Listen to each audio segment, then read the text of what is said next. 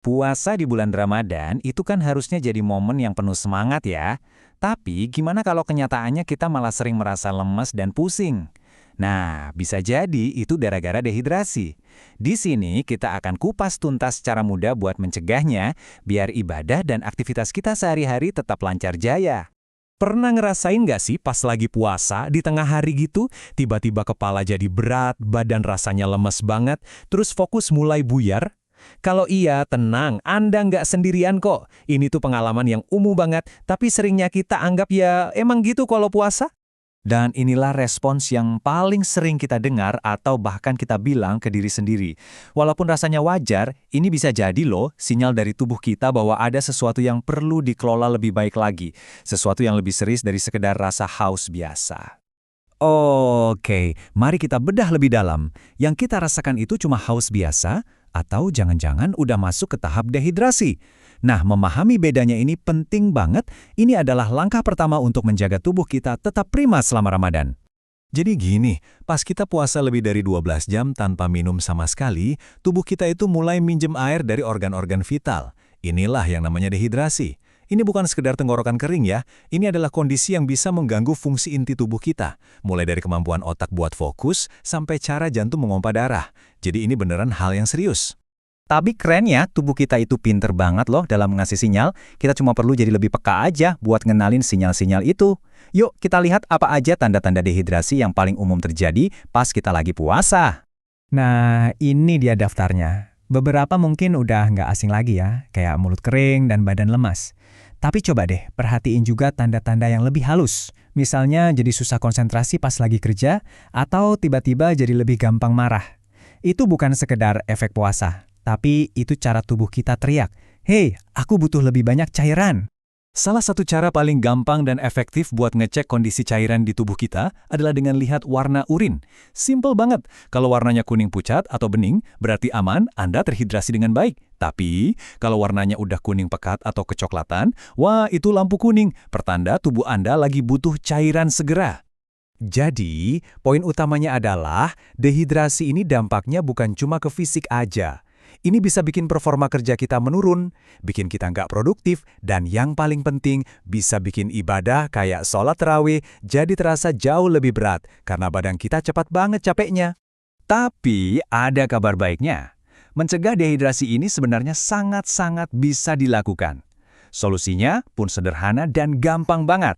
Yuk, kita beralih dari masalah ke solusinya. Nah, ini dia angka kuncinya. Aturan umum yang direkomendasiin itu 8 gelas air setiap hari. Pertanyaannya, gimana caranya penuhin 8 gelas itu pas waktu makan dan minum kita terbatas banget? Ternyata ada sebuah strategi yang praktis dan gampang banget buat diingat supaya target 8 gelas itu tercapai. Namanya adalah pola 2-4-2. Yuk kita lihat gimana cara kerjanya. Polanya super simple. 2 gelas pas waktu buka puasa, 4 gelas di malam hari, antara waktu buka dan sebelum tidur, dan 2 gelas lagi pas sahur. Dengan dibagi-bagi kayak gini, target 8 gelas jadi nggak terasa berat sama sekali kan? Oke, kita mulai dari langkah pertama. Pas azan maghrib, langsung minum 1 gelas air buat gantiin cairan tubuh yang hilang seharian penuh. Gelas yang kedua bisa Anda minum setelah selesai makan besar. Ini adalah cara rehidrasi yang paling cepat dan paling efektif. Selanjutnya, di malam hari kita punya jatah 4 gelas. Tapi jangan diminum sekaligus ya, sebarkan konsumsinya. Misalnya nih, 2 gelas pas makan malam buat bantu pencernaan, dan 2 gelas lagi pas dekat-dekat mau tidur. Ini biar tubuh kita tetap terhidrasi pas lagi istirahat. Dan yang terakhir, ini bagian paling penting, sahur. Anggap aja 2 gelas ini sebagai bekal air Anda buat seharian. 1 gelas diminum pas baru bangun tidur, buat menyalakan mesin tubuh kita. Dan 1 gelas lagi persis setelah kita selesai makan sahur. Ini kunci banget buat memulai hari puasa dengan kuat.